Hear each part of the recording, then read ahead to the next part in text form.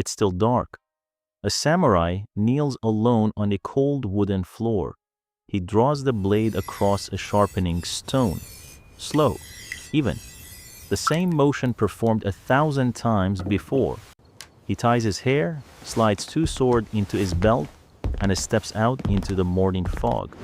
Then he walks to his desk, where he will spend the entire day stamping documents. That isn't a joke. For nearly 250 years, Japan's most feared warrior class filed reports, inspected warehouses, argued over budgets, and slowly went broke.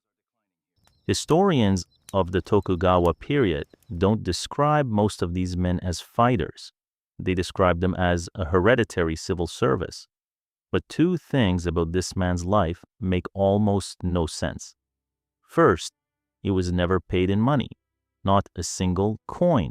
His entire salary came in rice, and the system used to convert that rice into cash helped create something still used in global finance today. Second, the food that proved he belonged to the elite was quietly killing him. Numb feet, swollen legs, healthy young men suddenly collapsing from a heart failure. Move to the city and they became sick. Leave the city and they recovered. Japan struggled to solve that mystery for nearly 2 centuries. And both mysteries begin inside the daily routine of an ordinary samurai. The office, the salary, the debt that trapped entire households, the disease hidden in their food, and the one rule that made simply walking away almost impossible. Because by the end, you'll see where this exact way of life still exists today. It never truly disappeared. It just changed clothes. So let's return to that dark room. A samurai's day began before first light. He washed, shaved the front of his scalp, tied his top knot, and dressed carefully. But dressing wasn't vanity. By this point, the two swords at his hip were no longer mainly weapons. They were a uniform. Only members of his class were legally permitted to carry them, which made the swords an identification card, a rank badge, and a social passport all at once. Arriving incorrectly dressed wasn't a minor fashion mistake. It could become a serious career problem. Then he walked to the castle, not to a battlefield, to an office. And what he did there was far less dramatic than the swords suggested. Most samurai held a specific administrative post. Some maintained official records. Others calculated taxes, guarded gates, inspected granaries, supervised construction, or helped administer towns and cities. In Edo itself, the city magistrate's office governed a metropolis of more than 1 million people, with a surprisingly small permanent staff, supported by a thin network of assistants and patrolmen who handled much of the legwork. Reports were written, seals were stamped, procedures were followed. Precedent decided almost everything, and inventing a completely new way to do something was often the fastest way to attract trouble.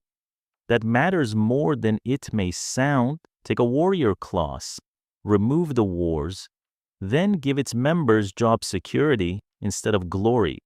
You don't create relaxed warriors, you create anxious bureaucrats. Rank becomes an obsession. Protocol becomes identity. Every rule about how to sit, bow, dress, and speak becomes proof that you still belong to a class that once mattered. But here's the strange part. That office work often didn't fill the entire day. For huge numbers of samurai, a shift lasted only a few hours or took place only a few days each week.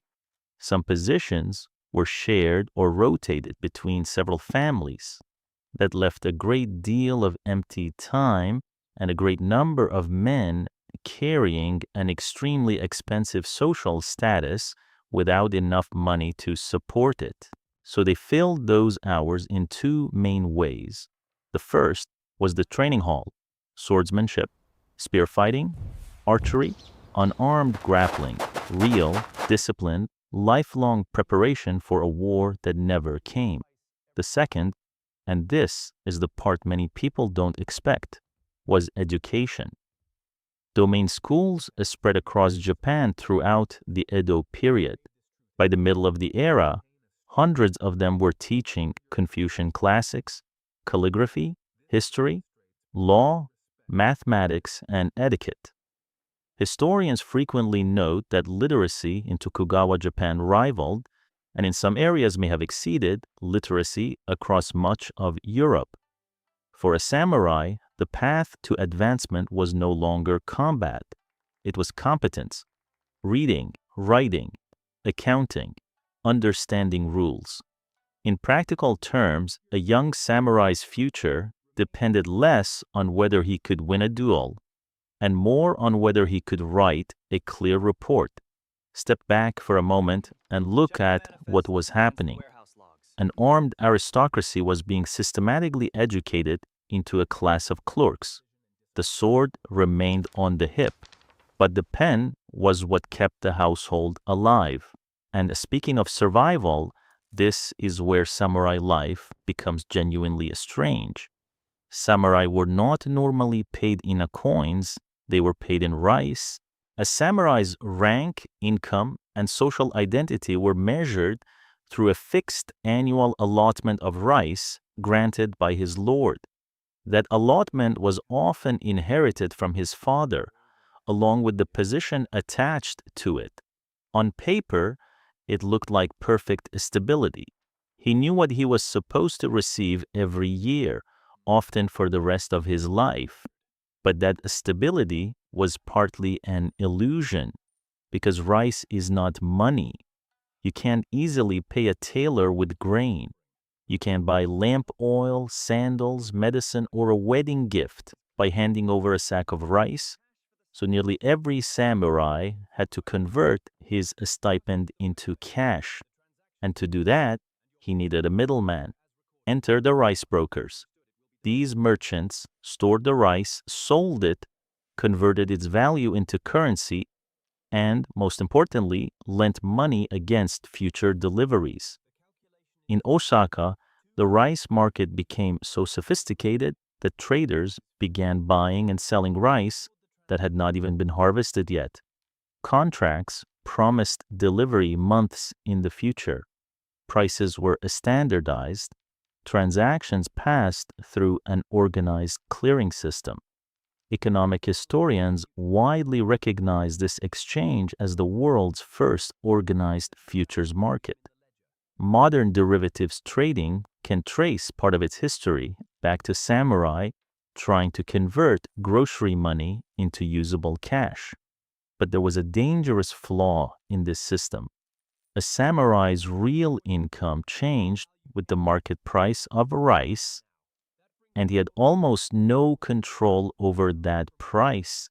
Imagine a great harvest across Japan. More rice reaches the market, the price falls, and suddenly the samurai's income collapses, even though the amount written beside his name has not changed at all. He had a fixed salary paid in a commodity whose value could rise or fall dramatically. And this is where the image of the wealthy ruling warrior begins to fall apart. Most people assume the ruling class must have been rich. For many samurai, the reality was the opposite. During the Edo period, merchant towns expanded, cities grew, new goods appeared, consumer culture flourished. The prices of clothing, food, medicine, ceremonies, household items, and almost everything else a respectable family needed continued to rise. But the samurai stipend remained frozen. Sometimes it was reduced even further. A financially desperate domain might simply borrow a portion of every samurai's rice allowance and never return it. The result was one of history's great slow-motion ironies.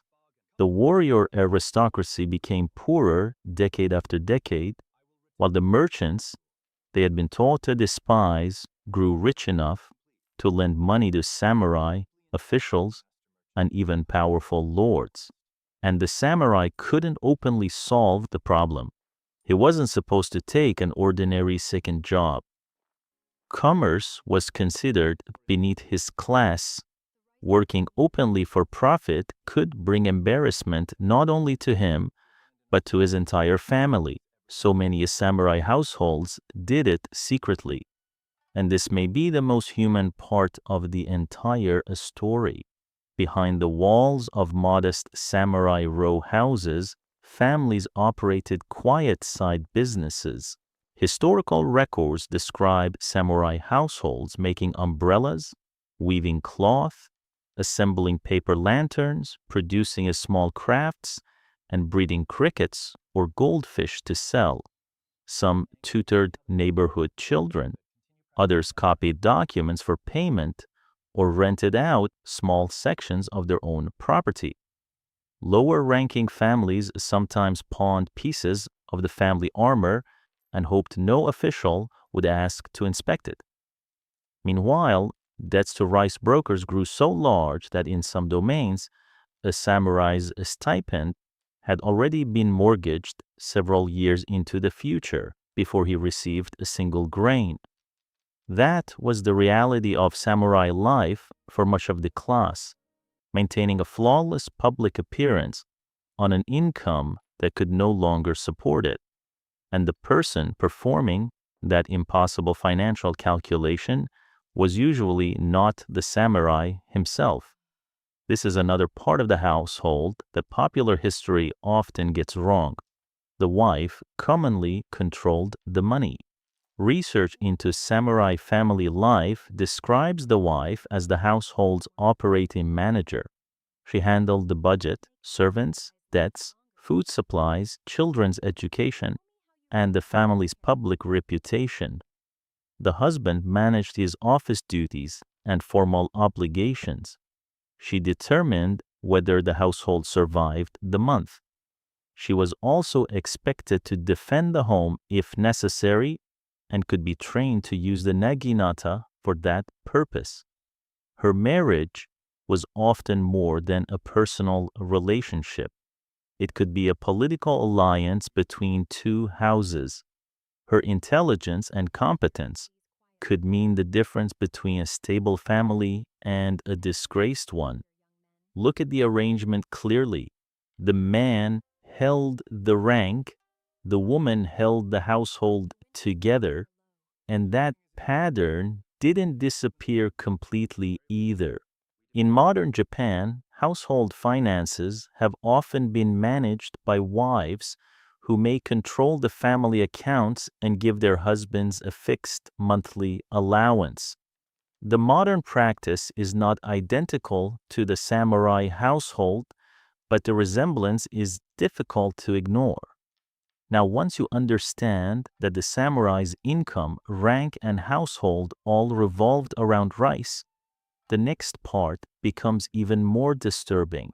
The rice was making them sick. As milling technology improved, polished white rice became a prestige food in cities and among the elite. It looked pure, it tasted refined, and it proved that you were not a poor peasant surviving on coarse or mixed grains. Samurai families consumed large amounts of it. For some, polished rice made up the overwhelming bulk of the daily diet, with too little variety to replace what the milling process removed. Then the symptoms began: numbness in the feet, weakness while climbing stairs, swollen legs, difficulty walking, and eventually, in otherwise healthy young men, sudden heart failure. The illness appeared so frequently in the capital that people began calling it the Edo affliction. Come to the city and you became sick, return to the countryside and you often recovered. For generations, nobody could explain why. But the cause was sitting inside the rice bowl. Polishing rice removes the outer bran, and the bran contains thiamine. vitamin B1. Eat a diet dominated by polished white rice without enough alternative sources of thiamine, and the body develops beriberi. The disease was not caused by dirt, poverty, or spoiled food. It was partly a consequence of refinement itself, and the consequences extended far beyond samurai households. When Japan modernized, the new military encountered the same crisis. Large numbers of servicemen became sick. The medical establishment divided into competing camps. One side argued that the disease must be infectious. The other pointed toward diet. The dispute continued for years, and the delay cost lives. Meanwhile, the Navy altered its rations and introduced barley alongside rice. Its beriberi cases fell dramatically. Think about the irony. The pure white rice that demonstrated wealth and a status, the food that separated the elite from ordinary farmers, was the very thing making the elite weak. So now we have the real picture. An underpaid, indebted, and poorly nourished administrator performing clerical work while living under the image of a warrior. The obvious question is simple. Why didn't he leave? Why not abandon the position, find better work, and escape the debt? The answer is the final piece of the system. It's the piece that held everything else together. A samurai's identity was not built around his job. It was built around his lord. Service was not ordinary employment. It was an inherited obligation passed through the family. His rank depended on it. His house depended on it. His name, marriage prospects, reputation, and children's future all depended on it. Losing that relationship was not the same as losing a job. It meant losing your place in the social world. A samurai whose lord died, was disgraced, or lost his domain when the shogunate dissolved, it could become a ronin. A masterless samurai, he still technically belonged to the warrior class, but he had no stipend, no official position, and often no clear place in society. This happened on an enormous scale. As the Tokugawa regime consolidated control, domain after domain was dissolved or reorganized. Historians estimate that hundreds of thousands of samurai were cut loose during the early decades of Tokugawa rule. Some adapted. They became teachers, doctors, farmers, scholars, guards, or administrators elsewhere. Others worked as hired muscle or turned to crime. Many simply became poor men carrying expensive swords that no longer opened any doors. That was the trap. Samurai remained loyal partly because of honor, but honor was only one part of it. Outside the relationship with their lord, many had almost nothing solid to stand on. The code that gave their lives meaning was also the cage that kept them inside it, and that was the ordinary day. Wake before dawn, train for a war that will never come, walk to a desk and stamp documents, return to a household your wife is holding together through side work, a strict budgeting, and borrowed money. Eat the polished rice that is slowly weakening your body. Wear the swords you may never use, and perform every part of the routine with perfect composure, because composure may be the only thing you still truly own. But this story matters for more than correcting the popular image of the samurai, because the system did not vanish when the samurai class was abolished. Lifetime service to a single house, identity fused with an organization, seniority and precedent valued over disruption, loyalty rewarded with security rather than wealth, public appearances maintained at immense personal cost. Business writers and historians have identified echoes of these values in Japanese corporate culture for decades. The devoted company man, the salaryman, is not standing on the samurai's battlefield. He is standing inside the samurai's office. So the next time someone tells you the samurai were simply warriors, remember the fuller story. They fought during one violent age. Then, for nearly 2.5 centuries, most of them became administrators, accountants, teachers, inspectors, and indebted government employees. They became something surprisingly familiar, the world's earliest salarymen, and most of them probably never realized the transformation had happened. And to understand why they became so poor, you have to look at the people on the other side of the system, the merchants, the crowded row houses, the street vendors, the markets, the city that quietly grew richer than its own rulers and helped create nearly every problem the samurai could not escape. That is the world waiting in the next story. The same era, the opposite class, and somehow, an even a stranger life.